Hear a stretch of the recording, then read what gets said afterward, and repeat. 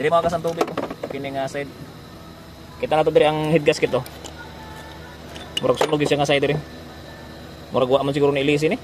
Murag ibalik ang dati. Murag ibalik ra man eh. Mailan man mo nagbag-o. Sunog oh. Murag wa gid original pa man eh. Wa gid oh, murag wala nga pak-pak naman ganyan oh. Barado na master no? Asa? No, bulit no? Lapok. Tubig na. Wala eh, murag wa man ilisin yung dagwaya ni. Wala ni bay. Eh, grabe ni trabaho eh. Diri mo agin tubig no. Mamay ngos lagi ako diri mo agi. Diri nga side.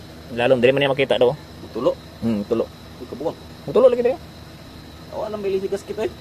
Wala lagi ni. Mailan po tang kuan po no? Ako, susunog kayo. Galaw-gawa ni trabaho eh. Posible.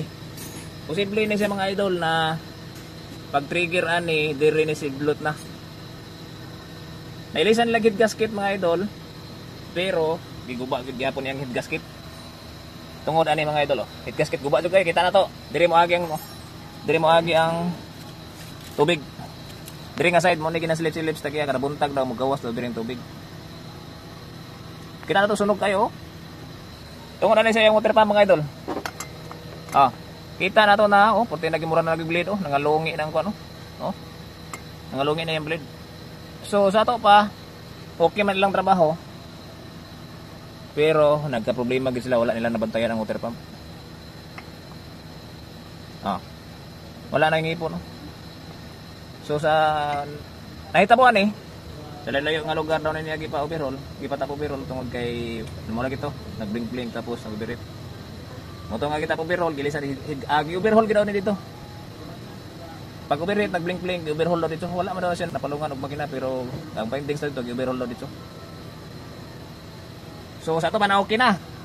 Nailisan na head gasket. Pero kita na to na nagkagidbat gyapon, nagkagidlay gyapon ang kahimtang. Tungod ani mga idol. Layo-layo ko to. Sukad daw nagpaayo ang tagiya. Wala gid daw siya mutarong daw. Muingon niya. Motong nakita siya sa tong vlog mga idol, motong niabante din sa nangayo siya og idea. Motong nga nagpa-profession siya. Okay? Tingnan mo na ni mga idol, mag-replace na dire. I-replace na to ni cylinder head, replace head gasket ilis, water pump ilis, og mag-resetting ta sa iyang mga valve si mga idol. Okay, ito is 64W with turbo na siya mga idol. Okay, update lang ko mga idol kung ma-okay na ni tanan.